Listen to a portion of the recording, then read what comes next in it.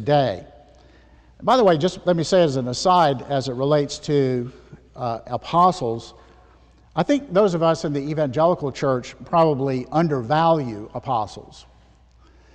I think of Eastern Orthodox churches, whether they're Eastern Orthodox, Greek Orthodox, Armenian Orthodox, any of that, the whole Orthodox family, you will go into their churches and there are stained glass windows that have depictions of apostles. There are paintings that have depictions of apostles. There's iconography that has apostles. And so they have a veneration, they have a connection to this history of these foundational men who were apostles. We in the evangelical church tend to be on kind of the other extreme. It's like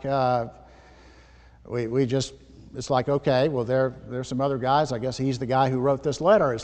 There's a kind of underappreciation for the anointing and the calling that was on these guys' lives. Here's how I would describe an apostle. Take a look at this. The apostles were ordinary men with an extraordinary calling and anointing on their lives. They were ordinary men, but Jesus specifically, individually called them, and God anointed them with a unique level of anointing that was a once in history kind of anointing. Think about it. These men healed the sick, raised the dead. At one point, they cursed a guy who was a sorcerer and made him go blind. They performed signs and wonders. One was unaffected when bitten by a snake. They spread the gospel and established churches around the Middle East, Central Asia, and all of Europe in their lifetime.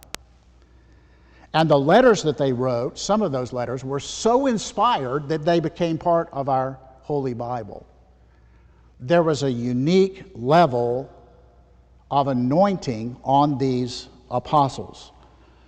Once in history level anointing on these apostles.